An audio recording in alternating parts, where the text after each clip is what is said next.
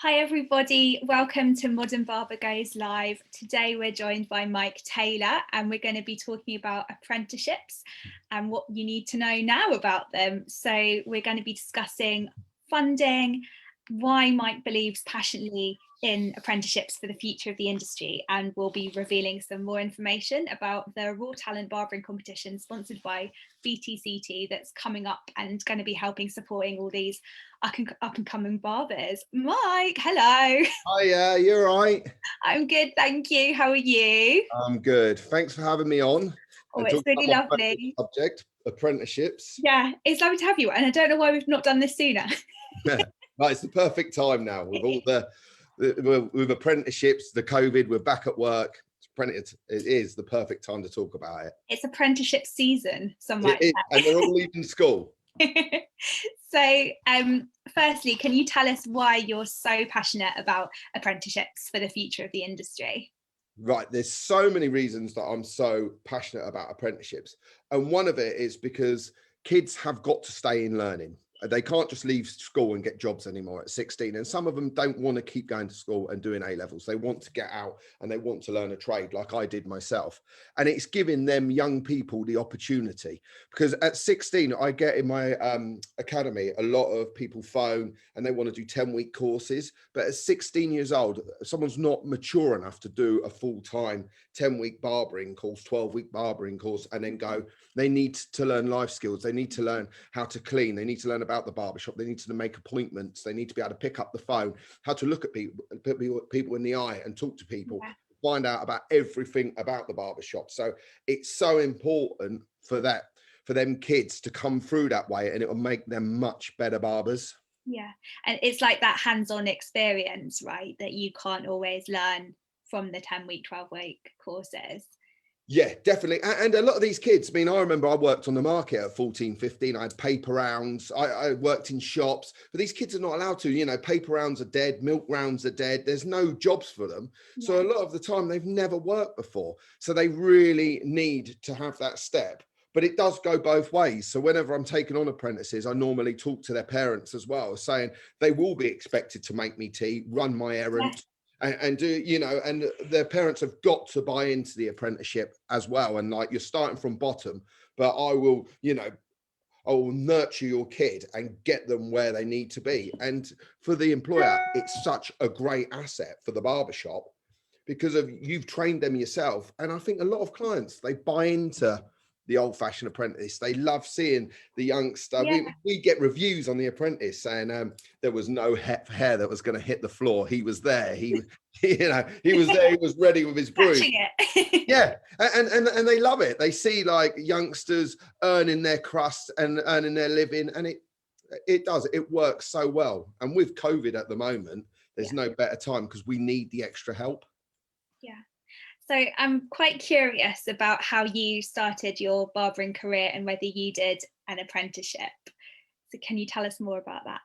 Yeah, I did, but I weren't lucky enough to do a barbering apprenticeship. Yeah. I had to do a hairdressing apprenticeship, and then after the hairdressing apprenticeship, I got a job in a barber shop, and then the guy that ran the barber shop took me the rest of the way.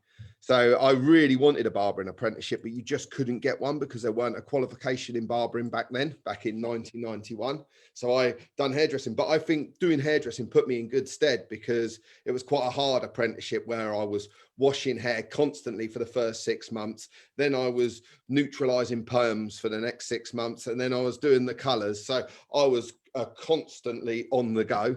Yeah. Where in the barber shop, it used to be a bit more of a relaxed apprenticeship until COVID hit. Now my apprentices, bless them, they're constantly cleaning. Yeah. And talking a little bit about funding. So for any salon owners out there that are like, oh, I don't know, it costs a lot to get an apprentice, don't know if it's worth it. What can you say about that? Well, there's never been a better time because the government have now give £3,000 to people that are taking on apprentices to help them. And if the apprentice is 16 to 18, they get an additional £1,000. So if they're leaving school, which they're starting to leave school now in May, June time, you'll get £4,000 to help you. So with the national apprenticeship wage, if they're doing, say, a 35-hour week with you, it'll be about £150 a week. If you're getting £4,000, that's good 4 or 5 months of their money already paid for by the government. Mhm. And the way I see that, in 4 or 5 months, you could have them, they should be able to make their £150 wage by them, by whether they're doing beard line outs for you, or they're just doing crew cuts, or they're doing a few old fellas. So you can have them trained so that they are making their wage by the time that you're actually paying their wage. So there's never been such a great opportunity. And like, if you are COVID secure and you are wiping down your chair and cleaning every tool afterwards, it's time that you haven't got. That Mhm. if you've got to do that all yourself, because if you are doing it properly, your tools have got to be in Barbicide for 10 minutes. So I don't understand why barbers are not crying out for their extra help. Yeah, that makes total sense. And is there anything else that apprentices can be doing at the moment, helping out around the shop when you're super busy? Like, can you kind of take me through the day of one of your apprentices?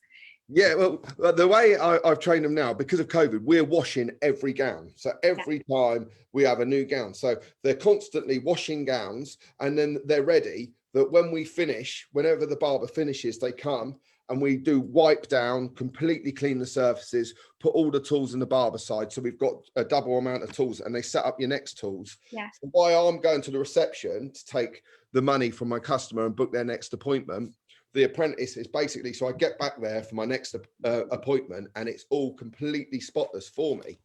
So there's such a job for them, and Yeah. it's that thing of, in 6 months time, I'm going to try and have them doing more advanced stuff in the barbershop, and then take another apprentice that will be coming through that way.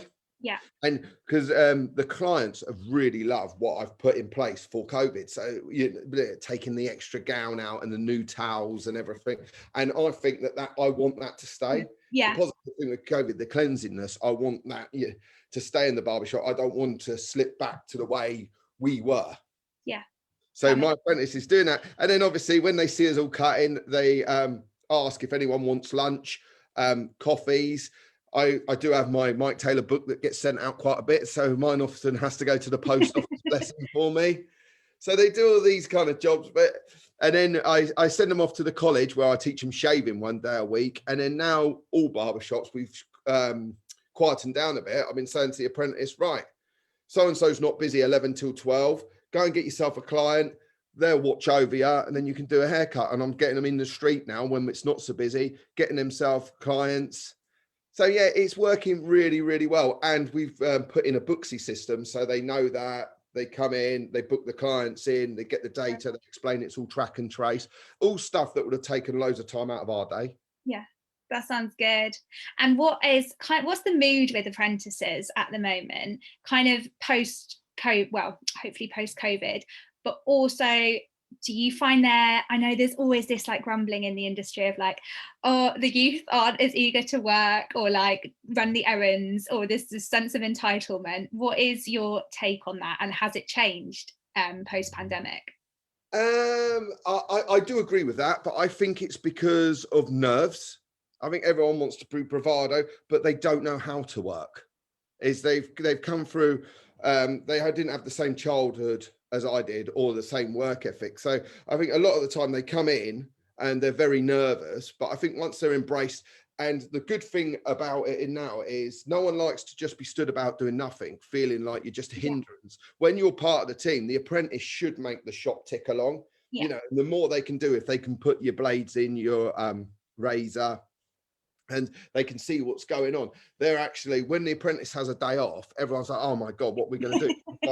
No, honestly, because we're coming back after COVID, one of the apprentices, he left through COVID to go and work for his dad. And the barber shop was phoning me saying, it's all right for you, Lord, you've got an apprentice. We've had to do it all ourselves. So, they become a massive part of the team. So I feel that now there is so much for them to do. They felt bigged up and felt part of the team.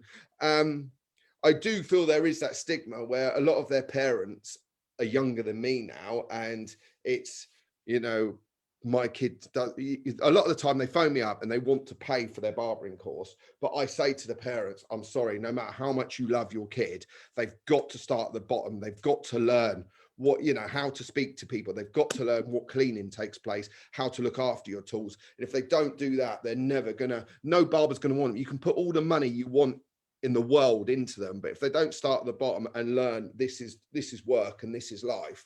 Yeah. So I always think that there's good ones out there, there's bad ones out there, but it's talking to the parents, because if the parents is like, oh no, Johnny's not going to clean the toilet for you, and then it's like, well, Johnny's not going to work in our shop then. Yeah. But a lot of parents, once it's explained like this, I think they buy into it. Yeah, totally. Plus they'll get a cleaner toilet at home once they learn those skills. Yeah. It's a win-win. I've had it before when I'm like, right, first job's put the kettle on. Yeah. How do you make tea? I was like, you're joking, aren't you? In my first lesson, showing them how to make a good cup of tea. I mean, it's an important life skill, not just for work, but for like future relationships. You are definitely building good humans. Oh, I don't drink hot drinks. Well, I do. So can you kind of understand why other like members of the industry or other salon owners kind of are a bit reticent at the moment about taking on apprentices? You know, maybe they're up to their eyeballs in debt, they're kind of focusing on just keeping their businesses going and maybe not so focused on the generation coming through. What would you say to them, and can you understand that? Oh, definitely. But I do think, I think we're about 10-15% down in barbers at the moment. There's a lot that I think we're on semi-retirement that haven't come back because of what's gone on. I think a lot have had to have been, a lot of barbers are self-employed, so they've been forced to take work elsewhere. So that, and then they've taken work, and then they think, well, I can't risk this happening again. So they've stayed in. So I do think we're down, and it's quite hard to find good barbers. So I do think I completely agree, but with COVID, you do need the extra help. There is that support there from the government. And it's that thing of, where do I see my business? How am I going to grow my business? Because investing in an apprentice, as long as you get the right one, you're growing that for this time next year, they're going to be on that seat making money, and then I'm going to grow. It's a way of growing your business. It's a way of, like, when you go to the bank and they want to see a business plan to lend money, a great business plan is, I'm going to take an apprentice, and then in 4 years time, I'm going to have 4 extra barber chairs working from people that I've taught my way at my shop and understand my customer service. So the longevity is the way forward. Yeah. So it's almost like it's making an investment in your business. It's future proofing your business. Yeah, and it's like I said, there's never been a better time, because we've always had like £1,000 help from the government to help train the apprentice, but for now £4,000 to be available is just brilliant. Yeah, totally understand that. So from the point of view of an apprentice, what would you kind of suggest that they do to stand out from the crowd in the marketplace at the moment? The apprentices, this is the hard one, is people need to get out there to find out, because it's like, where does it start? So if you're thinking of taking on an apprentice, I would go to providers, colleges or training providers, barber schools, see if they can help you, because you'll need to go on a proper government program, and then they should have the links to talk to the kids. But what we do is we do traineeships as well, which is a great scheme where the kid does, say, a 12-week traineeship first. And with that, they do 1 day at the college or the training school, and then 2 days voluntarily work experience. Yeah. That should lead to an apprenticeship, because I do understand, like, taking someone straight on and as an apprentice is quite a big thing. Once you've got employment laws. Yeah. So it's quite a good thing to sort of say, when they come to my barbershop, I don't like anyone working for nothing. I'll say, I'll throw you £25 a day. You can help out. And then I've got the choice of, you earn your apprenticeship, or no, this is not going to happen. So a traineeship is always the way forward. But I'm happy that, and if anyone's listening to this, they can get a hold of me and I can put them on the right tracks to how to be able to get all of this stuff. Like, obviously, if you're down near my area, I can really help you. But if you're not in my area, I might know people that can help you. Yeah. Speaking of giving advice, we actually have a question come through, which I'll put to you if that's all right, Mike. So cool. This is from Natalie Joyce. He says, my daughter is a couple of weeks away from finishing year 11 and she would love to be an apprentice barber. We're based in Dorchester. Our plan is to make contact with every barber in our area to see if they'd consider taking her on. Is that a good approach? And do you have any other advice? Well, Dorchester, you're right in my area. Yes. So, Hello. yeah, definitely come and see me. This is like a dating service. Yeah, we're matched. No, yeah, yeah, come down to see me. We'll have a chat. With leaving school now, you will not be allowed by law to go on to an apprenticeship until July. Okay. Yeah, that's just the way it is. The funding year ends and starts. But if she's leaving, doing her exams now, and she wants to get some work experience, it's always good if she comes see me, get some work experience now, because I've got a young girl working in my shop in Bournemouth doing some work experience, and then she's going to start in July. And like I said, then the employer might get to see her and say, right, let's start the apprenticeship the first day of July. Yeah.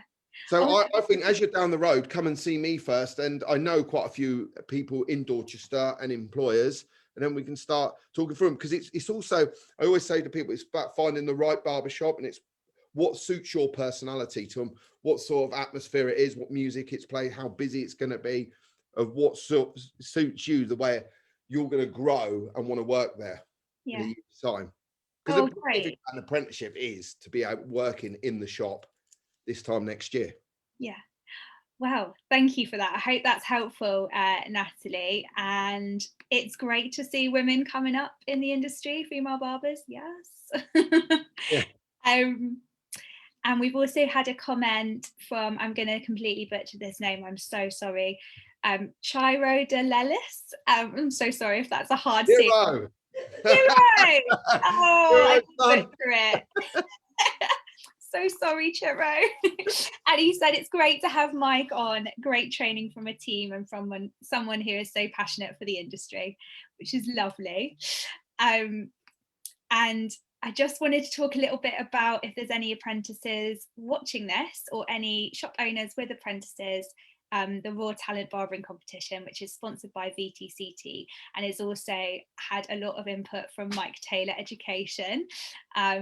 And basically we're going to be giving a platform for barber students and junior barbers to showcase their skills. So it's quite a hopefully simple application process. It's not like scary, like taking beautiful collection and photographs or everything. It's just doing a haircut either on a head block or a live model and sending us 4 pictures of that one haircut. Mike, is there anything that you will be looking for as a judge for the competition? What kind of things can people take tips from and get advice from you on? Well, the first thing I'd say is whether you're using a client or a head block. I mean, if you look on my Instagram page, you'll see these wonderful head blocks I've done. You can do some fantastic stuff with head blocks now. So definitely enter this and get involved. The things I look for is I love creativity, like something a bit different. And then how you finished it, how you've blow dried it. And then I'll be looking at the finer points to see your blending and your perfection, because that's what we do. We perfect our work in barbering. But I would say is if you've got a great client with great hair, take the photo and then send that in. But don't be put off with a head block, because if you look at my collection, you can do so much with head blocks and have so much fun. They're so cool. I love them. And there's also a little sweetener was a 25, oh, I can't say numbers, this is so hard, £250 prize up for grabs. So there's 3 categories and they're freshers, graduate and postgraduate, and each one has a £250 prize, which is pretty cool. And for your entry fee is £10, but with that you get a free ticket to Barberfest. And your model can come as well if you make it to the finals. So that's a saving on the ticket already for Barberfest in Brighton. So it's kind of a good little competition to be thinking about. And yeah, if you need any more information, we've popped a link in the Facebook post below. Oh, so many more messages coming in, Mike. I'm so looking. I hope everyone's coming to Barberfest in Brighton. It'd be great to see everyone again. I can't wait. I mean, hopefully the summer will start by then. Yeah, so it's Monday the 5th of July, and I've talked to the weatherman, and he said, sorry, the weather person, and they said summer will start on that day. So we're all fine on that. All down to Brighton. Yeah, and you'll be talking about apprentices more in depth at Brighton as well, won't you, on the business learning stage?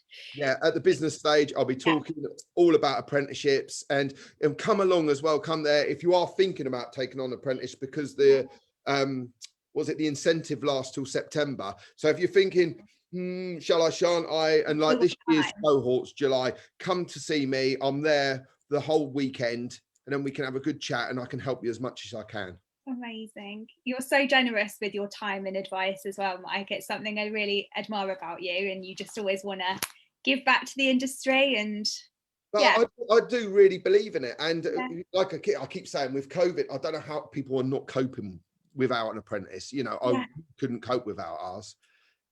I think it's something that you wouldn't regret, and in a way it's giving back. Like giving back. There is a job problem there is a thing with the youngsters, and this is just such a good opportunity, and a lot of people want to teach, and what's a better way to start your teaching career than having an apprentice and seeing how you do it, how you felt about it, how well it went. It must be such a rewarding thing, but also you learn a lot about yourself while you're teaching, I imagine. Yeah, definitely. Yeah. And I've got apprentices that for like 10-12 years ago, and they still work for me now. Yeah, and you know, I've seen them from boy to man or girl to lady. It's brilliant. Yeah, it's so nice to have that relationship and know that that's the person you've trained up and you're a bit responsible for their success. Must be very cool. Yeah, and a great way to grow your business. Yeah. So we have another question from Husso the barber. It's quite a broad one, so I don't know how much detail you can go into, but he just wants to know how the government scheme works for barber apprenticeships. Is that quite a broad question? Yeah, and I know Husso, he's in Scotland, so I don't know. I would get with my right-hand woman, my wife, in Scotland. Yeah, because everything works slightly different from Scotland. So my advice to Husso would be to phone his local college, and they should know all about it. Perfect. But all I do know is, you know, there is so much going onto it now, and it's all more businessman led or business lady led, that we go into the system, and it's up to you how you want to use your funding. So the complete choice is with the barber now. Perfect. So thank you so much for your time today, Mike. I really appreciate it. And I can't wait to hear more about apprenticeships as well at Barberfest, Monday the 5th of July. See you there. Have a great day. Cheers. Bye. Bye. Bye.